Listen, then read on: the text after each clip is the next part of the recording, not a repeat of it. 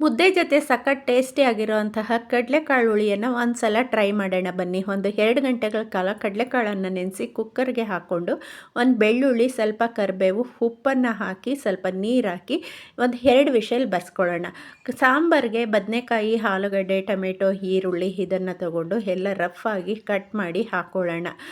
ಹಾಗೆಯೇ ಸಾಂಬಾರಿಗೆ ಒಂದು ಮಸಾಲೆಯನ್ನು ರುಬ್ಕೊಳ್ಳೋಣ. ಮಿಕ್ಸಿ ಜಾರ್ಗೆ ಒಂದು 2 ಟೊಮೆಟೊ, ಸ್ವಲ್ಪ ತೆಂಗಿನಕಾಯಿ ತುರಿ, ಸಾಂಬಾರು ಪುಡಿ 3 ಟೀ ಸ್ಪೂನ್ ಆಗಷ್ಟು, 1 ನಿಂಬೆ ಗಾತ್ರದಷ್ಟು ಹುಣಸೆಹಣ್ಣು, ಬೆಂದಿರೋ ಅಂತಹ ಸ್ವಲ್ಪ ಕಾಳು, ಸ್ವಲ್ಪ ಕೊತ್ತಂಬರಿ ಸೊಪ್ಪನ್ನು ಹಾಕಿ ರುಬ್ಬಿ ಬೆಂದಿರೋ ಅಂತಹ ಕಾಳು ಜೊತೆ ಹಾಕ್ಕೊಂಡು ಆಲೂಗಡ್ಡೆ, ಬದನೆಕಾಯಿ, ಸ್ವಲ್ಪ ಟೊಮೊಟೊ, ಹಾಗೆಯೇ ಒಂದು ಈರುಳ್ಳಿ ರಫಾಗಿ ಕಟ್ ಮಾಡಿಟ್ಕೊಂಡಿರೋ ಅಂಥದ್ದು.